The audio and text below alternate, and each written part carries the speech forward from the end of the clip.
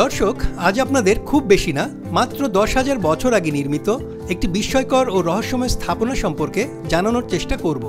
আপনাকে যদি প্রশ্ন করা হয়, বলুন তো যুক্তরাজ্য বা ইংল্যান্ডের সবচেয়ে ঐতিহ্যবাহী এবং প্রাচীন জায়গা কোনটি বা কোনগুলো, উত্তরে হয়তো বলবেন উইন্ডসর ক্যাসেল কিংবা বাকিংহাম প্যালেস, অথবা টাওয়ার অফ লন্ডন বা লন্ডন আই, অথবা ট্রাফালগার স্কোয়ার বা সমারসেট হাউস ইত্যাদি।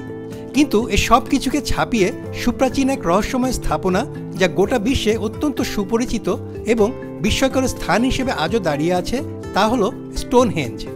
আপাত দৃষ্টিতে দেখলে মনে হবে এ আর এমন কি, কয়েকটি পাথরের স্তম্ভ মাত্র। কিন্তু এই স্তম্ভের মাঝে লুকিয়ে আছে প্রাগৈতিহাসিক যুগের রহস্যময় কিছু পৌরাণিক কাহিনী, লুকিয়ে আছে কিছু জনপদের জীবনাচরণ ও তাদের উন্নত বুদ্ধিমত্তার পরিচয়, যা আজও বর্তমান বিজ্ঞানীদের কাছে অমীমাংসিত। তো প্রিয় দর্শক, এই প্রাগৈতিহাসিক যুগের রহস্যময় স্থাপনাটি কারা এবং কী উদ্দেশ্যে নির্মাণ করেছিল তা জানতে চোখ রাখুন আমার মহাকাল চ্যানেলে এবং সাবস্ক্রাইব করে বেল আইকনটি অ্যাক্টিভ করে দিন। চলুন জেনে নেওয়া যাক বিস্তারিত।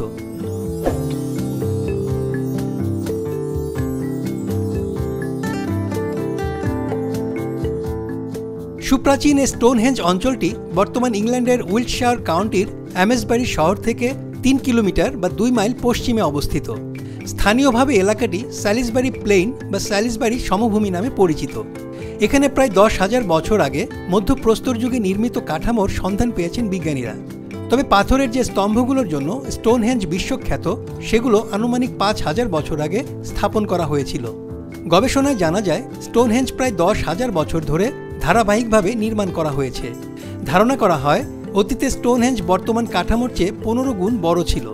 এগুলো মূলত একটি পবিত্র স্থানের অংশ মাত্র, যা একই সাথে উপাসনালয় এবং কবরের স্থান হিসেবে ব্যবহৃত হতো। এখানে পূর্বপুরুষদের পূজা করা হতো। ছোট বড় প্রায় 100টি পাথর দিয়ে সৌধটি নির্মাণ করা হয়েছে।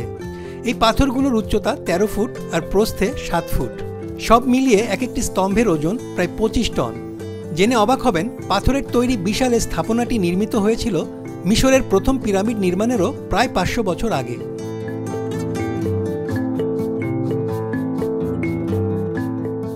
স্টোনহেঞ্জ নিয়ে বহু পৌরাণিক কাহিনী এবং কিংবদন্তি প্রচলিত রয়েছে। সবচেয়ে প্রচলিত মত হল প্রাচীন সেল্টিক জাতির লোকেরা এই স্থাপনা নির্মাণ করেছিল। তবে আধুনিক রেডিও কার্বন ডেটিং পদ্ধতি প্রয়োগ করে গবেষকরা প্রমাণ করেছেন যে সেল্টিকরা এই অঞ্চলে আসার প্রায় 1000 বছর আগেই স্টোনহেঞ্জ নির্মিত হয়েছিল। স্টোনহেঞ্জ নির্মাণে সার্সেন নামক এক ধরনের পাথর ব্যবহার করা হয়েছে। এখান থেকে 32 কিলোমিটার দূরের মালবোরো এলাকা থেকে এই সার্সেন পাথরগুলো আনা হয়েছে বলে ধারণা করা হয়। এখানে ব্যবহৃত ছোট পাথরগুলো ব্লু স্টোন বা নীল পাথর নামে পরিচিত। আর এই নীল পাথরগুলো 200 কিলোমিটার দূরের প্রিসেলি পর্বত থেকে আনা হয়েছে।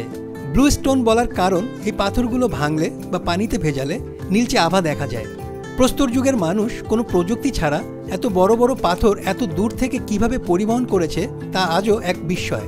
স্টোনহেঞ্জ নির্মাতাদের কাছে এই সমস্ত পাথর পরিবহন করাও ছিল এক ধরনের ধর্মীয় কাজ। তারা মনে করত এসব পাথরের নিজস্ব আত্মা আছে। পাথরগুলো স্টোনহেঞ্জে নিয়ে আসার বহু আগে থেকেই অবকাঠামোটি নির্মাণের পরিকল্পনা করা হয়েছে। এরপর প্রকৃতিতে ছড়িয়ে থাকা পাথরের মধ্য থেকে নির্মাণে ব্যবহৃত পাথরগুলো যত্ন সহকারে বাছাই করা হয়েছে।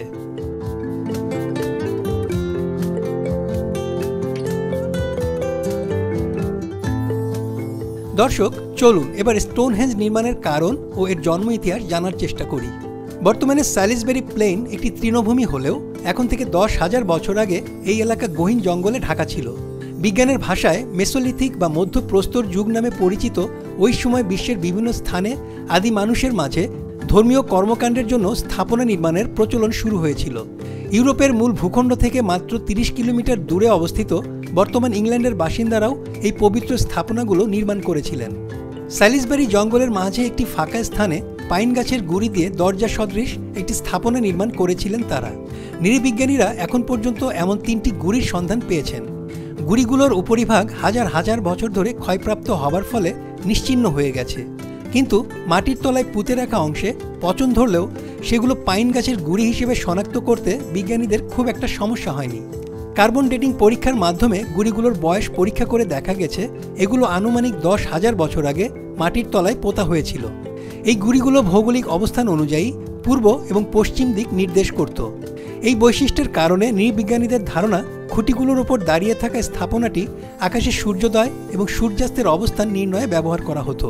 বছরে 2 বার সূর্য ঠিক এই স্থাপনা বরাবর উদিত হতো এবং অস্ত যেত। সম্ভবত এই দিন দুটি ওই আদিম মানুষগুলোর জীবনে বিশেষ কোনো তাৎপর্য বহন করত।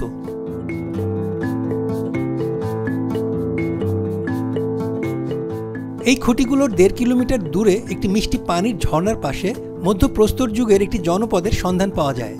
বিজ্ঞানীদের ধারণা এই জনপদের অধিবাসীরাই স্টোনহেঞ্জের প্রথম ভিত্তি স্থাপন করেছিল। এই সভ্যতার মানুষরা তাদের নির্মাণ প্রকল্পে গাছের গুঁড়ির বদলে পাথরের ব্যবহার শুরু করেছিল। স্যালিসবেরি এলাকা থেকে উদ্ধার হওয়া প্রত্নতত্ত্বগুলোর বৈশিষ্ট্য অনুযায়ী খ্রিস্টপূর্ব 4র্থ সহস্রাব্দে ভূমধ্যসাগরের উত্তর পূর্ব উপকূল থেকে নতুন একদল মানুষ এখানে বসতি স্থাপন করেছিল। সে সময় এই মানুষগুলো তাদের সাথে তাদের পাথর ব্যবহারের সক্ষমতা এবং প্রযুক্তিও উত্তর ইউরোপে নিয়ে গিয়েছিল। ইংল্যান্ডের স্যালিসবেরি এলাকায় বসতি স্থাপনের পর এই সভ্যতার বাসিন্দারা স্টোনহেঞ্জ এলাকায় একাধিক নতুন স্থাপনা নির্মাণ করেছিলেন। নৃবিজ্ঞানীদের ধারণা স্টোনহেঞ্জ এলাকাটিকে সমাধিস্থল এবং উপাসনা কেন্দ্র হিসেবে ব্যবহারের পাশাপাশি মহাকাশের বিভিন্ন গ্রহ নক্ষত্র পর্যবেক্ষণেও ব্যবহার করা হতো। অর্থাৎ দিনের সময় থেকে শুরু করে চন্দ্রমাসের দৈর্ঘ্য এবং ঋতু পরিবর্তনের মতো বিষয়গুলো নির্ধারণে এই স্টোনহেঞ্জ গুরুত্বপূর্ণ ভূমিকা পালন করত। আর এ কারণেই প্রাগৈতিহাসিক যুগের আদিম মানুষদের কাছে স্টোনহেঞ্জ মানমন্দির হিসেবেও অত্যন্ত গুরুত্বপূর্ণ ছিল।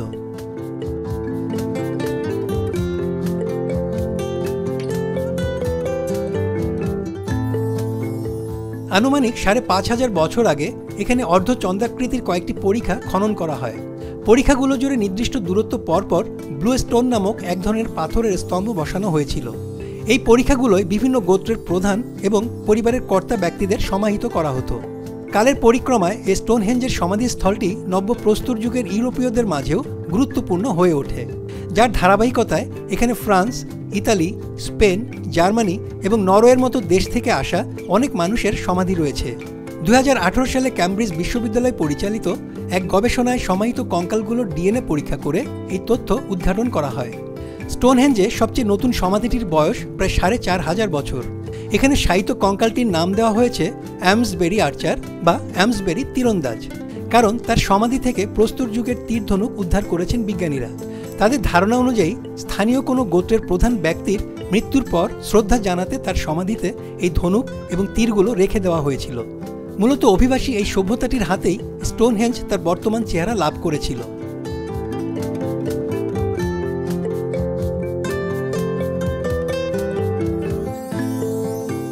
একবিংশ শতকে বিজ্ঞান ও প্রযুক্তির উন্নতির ফলে ভারী এই পাথরের স্তম্ভগুলো 200 কিলোমিটার দূর থেকে স্থাপনার কাছে কিভাবে স্থানান্তর করা হয়েছিল তার সম্ভাব্য প্রক্রিয়া খুঁজে পেয়েছেন বলে দাবি করেন বিজ্ঞানীরা।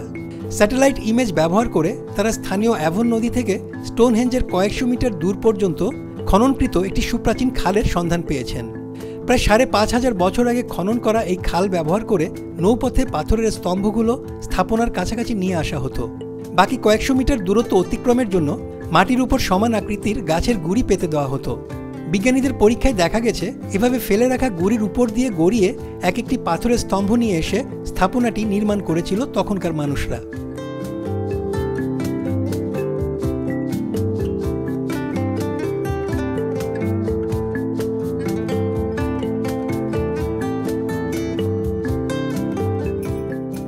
স্টোনহেঞ্জের মতো স্থাপনা কেন নির্মাণ করা হয়েছিল তা নিয়ে গবেষকদের মধ্যে বিতর্ক এখনও চলমান।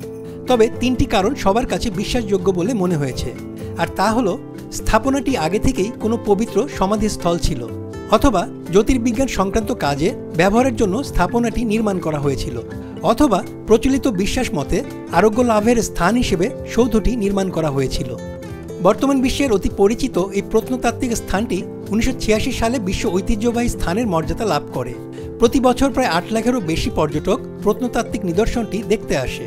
তো প্রিয় দর্শক, কেমন লাগলো প্রাগৈতিহাসিক যুগের অমীমাংসিত রহস্য স্টোনহেঞ্জ সম্পর্কে জানতে?